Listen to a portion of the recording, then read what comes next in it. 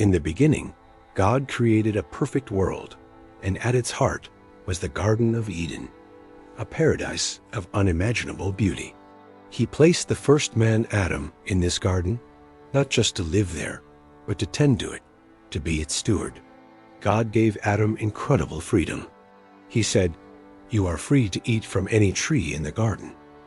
It was a world of abundance, joy, and open fellowship with the Creator. But there was one boundary, one simple rule. In the center of the garden stood two special trees, the tree of life and the tree of the knowledge of good and evil. God's instruction to Adam was clear and direct.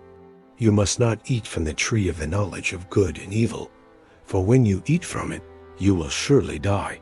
This wasn't just a physical death, but a spiritual separation from the source of all life.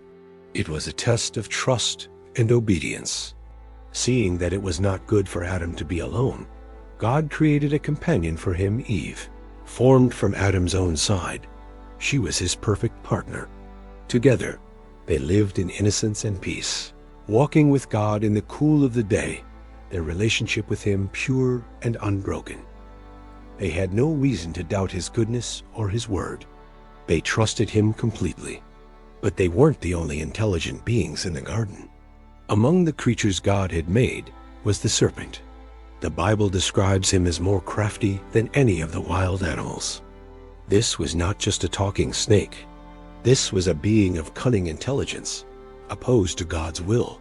He saw the harmony in the garden and sought to disrupt it. Approaching Eve, the serpent began with a subtle, deceptive question. Did God really say, "You must not eat from any tree in the garden"? He twisted God's generous permission into a restrictive prohibition, planting the first seed of doubt. He made God sound like a cosmic killjoy, holding back something good. Eve, still innocent, corrected him. "We may eat fruit from the trees in the garden, but God did say, 'You must not eat fruit from the tree that is in the middle of the garden, and you must not touch it, or you will die.'" She knew the command, but even her reply showed the seed of doubt was taking root.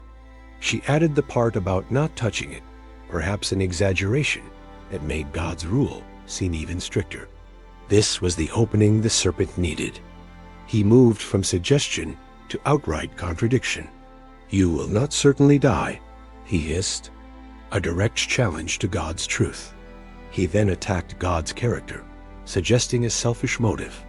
For God knows that when you eat from it, your eyes will be opened, and you will be like God, knowing good and evil.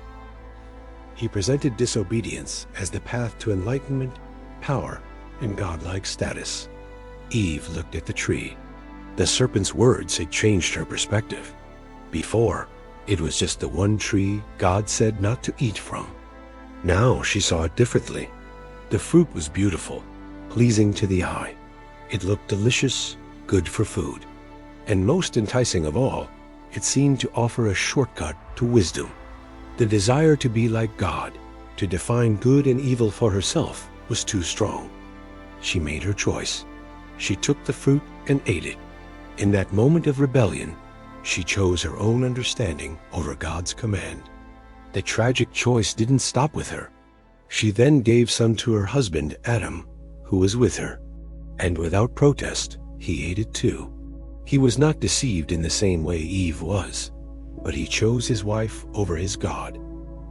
He abdicated his responsibility to protect the garden and obey the command given directly to him. Instantly, everything changed. Their eyes were opened, just as the serpent had promised, but not in the way they expected. They didn't become gods. Instead, they became self-aware in a new, terrifying way. They saw their own nakedness, and for the first time, they felt shame. The pure innocence they had known was shattered, replaced by guilt and fear. They tried to cover themselves with fig leaves, a pitiful attempt to hide their new vulnerability. Their relationship with God was broken. When they heard the sound of God walking in the garden, a sound that once brought them joy, it now filled them with dread. They ran and hid among the trees. The Creator came seeking his creation, calling out not in anger, but with a heartbroken question. Where are you?" He knew where they were physically, but he was asking about their spiritual state. Where had they gone? Adam's reply revealed their new reality. "I heard you in the garden, and I was afraid because I was naked. So I hid." Fear had entered the human heart for the first time. God pressed further, getting to the heart of the matter. "Have you eaten from the tree that I commanded you not to eat from?" And then came the blame game. Instead of confessing, Adam pointed his finger. "The woman you put here with me, she gave me some fruit from the tree, and I ate it." He blamed Eve, and even subtly blamed God for giving him the woman in the first place. God then turned to Eve. "What is this you have done?" Her response was similar. "The serpent deceived me, and I ate." She blamed the serpent. No one was willing to take full responsibility for their choice. Then came the consequences. God addressed each one, explaining the new, broken reality they had created. He spoke to the serpent first, cursing him above all other animals. He would crawl on his belly and eat dust. But within this curse, God embedded the first glimmer of hope, a promise. He declared that there would be enmity between the serpent and the woman, and between the serpent's offspring and hers.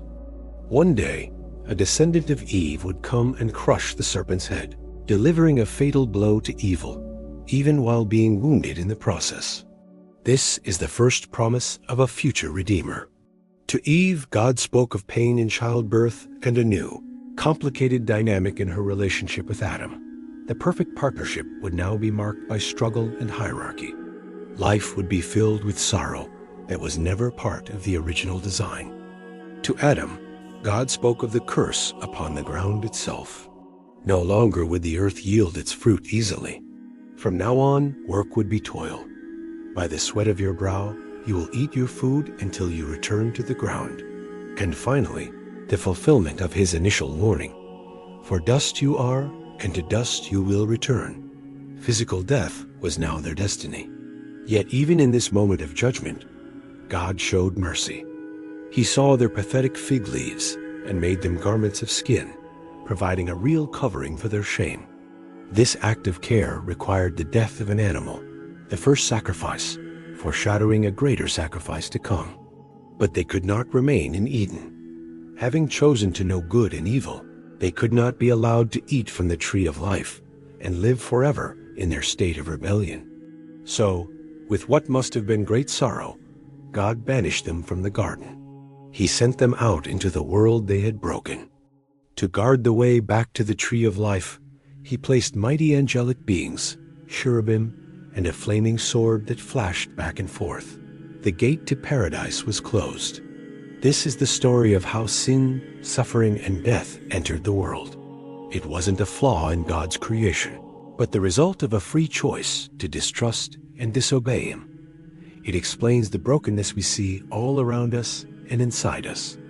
But it's not the end of the story. It's the beginning of a long, unfolding drama of redemption. The promise made in the garden that one day evil would be defeated is the thread of hope that runs through the rest of history.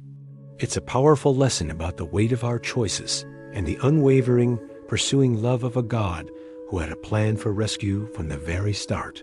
Thanks for watching. If you found this story meaningful, please like, share, and subscribe for more content that explores these timeless truths.